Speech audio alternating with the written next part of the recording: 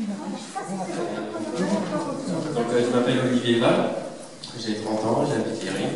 Et avec mon père et M. Normand, on a décidé d'organiser une réunion d'information sur le fameux compteur Linky, afin de vous faire avoir votre propre avis. Et puis, ils vont vous exposer ce fameux compteur-là. Voilà. Merci.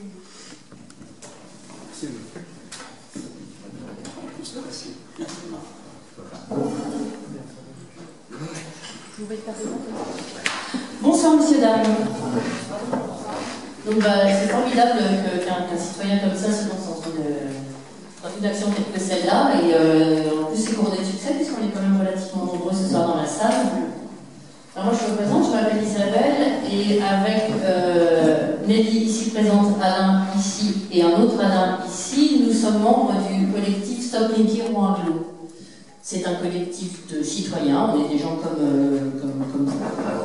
Mais on s'est sensibilisé assez tôt à ce problème du compteur Linky, et du coup, on s'est renseigné, et maintenant, on essaye de faire connaître ce qu'on a trouvé sur ce compteur, et puis de dire ce que nous on en pense, et puis à vous ensuite de vous faire, comme l'a dit si bien Olivier, votre propre opinion, sachant que on nous dit parfois illustrien en faveur de ce compteur. Je pense que là vous n'avez pas besoin de venir dans une réunion comme ça pour entendre les bienfaits de ce compteur, c'est vanté partout dans la presse, dans les médias. Voilà. Alors, pourquoi on a monté ce collectif? Eh bien parce que nous refusons d'avoir ce compteur Linky chez nous, et on aimerait bien qu'il ne soit pas installé non plus chez les autres. Voilà. Pourquoi on le refuse? Alors, pour un certain nombre de raisons que je vais vous énumérer, vous les retrouverez également ensuite, si vous voulez, un petit rappel sur les tracts qui sont en libre disposition sur la table là. Merci beaucoup. Arnaud, c'est à toi. Oh, merci Isabelle. Bonsoir à tous. Merci Isabelle pour ton exposé. Merci d'avoir répondu présent à cette réunion. Et, je crois qu'on peut aussi remercier Olivier qui a pris l'initiative sur cette commune. On se rend compte bien quand même que ce sujet, au-delà des polémiques qui font que certains nous caractérisent comme des illuminés, concerne la majeure partie des habitants, puisque c'est un sujet qui appartient à la vie des gens.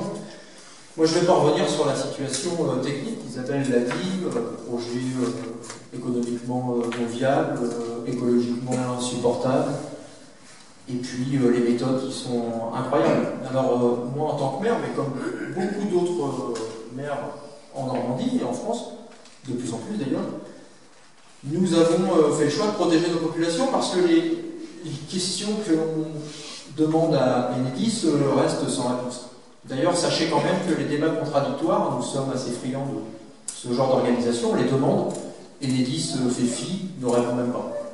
Envoie une circulaire en expliquant que de toute manière, les réunions dans les collectivités, elles doivent absolument être organisées par Enedis, par un cadre d'Enedis, et ils n'acceptent pas la contradiction. Fermez-moi. Voilà aujourd'hui ce qui se passe avec Enedis. La question, elle est simple. Est-ce que quand on est maire d'une collectivité, on laisse les habitants à... comment dire? Est-ce qu'on laisse les habitants à la chienlit capitalistique qui va de toute manière venir vous voir pour vous expliquer que c'est un projet qui va faire du bien à l'écologie, qui va faire du bien à votre porte-monnaie, alors que c'est tout à fait le contraire? Et que derrière, tu l'as dit, on parle de précarité qui existe de manière très latente sur nos territoires. Malheureusement, c'est les seules choses qu'on peut donner aujourd'hui à des gens qui prétendent travailler à l'énergie, c'est qu'on leur propose des emplois à la petite semaine pour venir déstructurer un service qui ne peut être que grand que lorsqu'il est public. Je considère, comme les élus d'Alizé, que l'énergie ne peut être optimale du côté de l'humain d'abord, dès lors où il reste dans le giron des services publics. Quand on met la main dans une entreprise privée, Enedis c'est une société anonyme, évidemment, derrière on cherche des seuils de rentabilité, on cherche à faire du fric, clairement. Alors moi, je voulais simplement intervenir sur les méthodes et puis sur ce qu'on tente de mettre en place dans le département de l'Eure avec l'Outre-mer.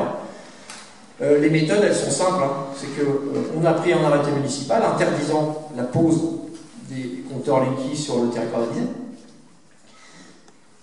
Cet arrêté fait foi, fait loi. Et dans le cadre de la loi publique, même si un préfet demande à un maire d'enlever un arrêté, le maire a le droit de refuser de l'enlever. Après, c'est le tribunal administratif qui décide. En attendant que le tribunal administratif statue, l'arrêté fait foi. C'est le cas d'Alizé, c'est le cas de tous les maires qui ont fait le choix de prendre un arrêté municipal contre les compteurs liquides parce qu'ils n'ont pas assez d'informations sur la question. Ou que, politiquement ou éthiquement, ils souhaitent ne pas accéder, ou faire accéder leurs habitants à ce compteur. Eh bien, malgré tout, Enedis vient à Alizé contre la loi et installe ses compteurs. Alors, il commence par qui? Eh bien, il commence par les personnes âgées, généralement veufs ou veuves, parce que c'est beaucoup plus simple d'aller voir des personnes assez faibles pour leur dire que de toute manière, ils ont tout à gagner et que c'est la loi. Et en plus, ils viennent avec un huissier. Parce que quand on vient avec un huissier, évidemment, là, on fait office de justice. La personne n'est pas obligée de savoir que bien avec un huissier, on va accepter. Résultat des comptes, un compteur installé au manoir, une personne de 85 ans. Donc la personne vient, évidemment tu l'as dit tout à l'heure, hein, des gens qui ne sont pas formés, qui installent un compteur, le compteur ne fonctionne pas. Donc le monsieur qui, tout simplement, attendez, comment ça va se passer? Vous inquiétez pas, vous appelez à ce numéro, on va vous régler ça. Donc, c'est le papa de monsieur Copain. Et cette personne, elle est restée tout le week-end, sans électricité, chauffage électrique évidemment, plein hiver. Mais c'est pas un problème. Hein. L'important, c'est d'avoir posé un compteur et d'avoir derrière expliqué que c'était bon pour lui. Parce que c'est bon pour l'écologie et que de toute manière, en plus, il pourrait voir sa consommation.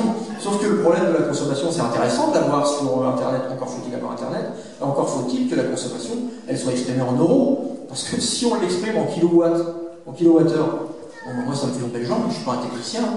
Si on dit que vous allez consommer tant de kilowattheures, s'il n'y a pas une relation directe avec le coût, bon, je ne vois pas exactement la lignée de cette idée faramineuse. Alors pour toutes ces choses-là, et puis après je pense que c'est bien qu'on privilégie le débat et qu'on réponde aux questions, si on le peut, on a fait le choix de créer un collectif qu'on a appelé vulgairement le CEPAL, c'est Collectif des élus Eurois pour une alternative au Linky. Pour l'instant, on est 9 collectivités dans l'Eure. Notre objectif, c'est d'être évidemment plus, une vingtaine peut-être au mois de juin. C'est l'objectif que nous nous sommes donnés. On a chacun des revendications peut-être un peu différentes, mais ce qui est important, c'est que c'est un collectif qui traverse le paysage politique. Et je pense que ce sujet mérite cela. Moi, vous savez où je suis. Je pense que beaucoup de gens le savent. Il y a des gens qui sont de droite, il y a des gens qui sont dans d'autres partis politiques, ou qui ne sont pas affiliés à un parti politique, et qui souhaitent intervenir de cette manière-là. L'objectif, c'est qu'on puisse venir en coordination, renforcer les collectifs qui existent, peut-être apporter une réponse citoyenne aux gens qui le souhaitent. Nous, on ne se revendique pas technicien. Mais derrière, notre objectif aussi, c'est de rendre populaire ce combat qui l'est de plus en plus. Et croyez-moi que dans le département de l'Eure, bientôt, en fin d'année, on est en train de réfléchir à plusieurs têtes et à plusieurs mains à mettre en place une action concrète qui permette de faire entendre la voix j'allais dire la voix du peuple qui, en grande majorité, refuse ce compteur. Voilà ce que je veux dire pour l'instant. Alors évidemment, on est assigné au tribunal.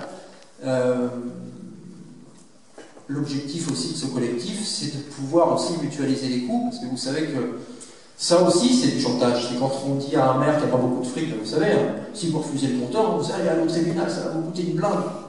C'est pas exactement comme ça que ça se passe déjà. Ça ne coûte pas forcément trop cher. Et à côté de ça, on est en train d'organiser, avec des collectivités qui sont plus grandes, une organisation financière pour qu'on puisse chacun pouvoir prétendre à se protéger et éventuellement faire un coup de semonce en gagnant. Voilà, merci à vous.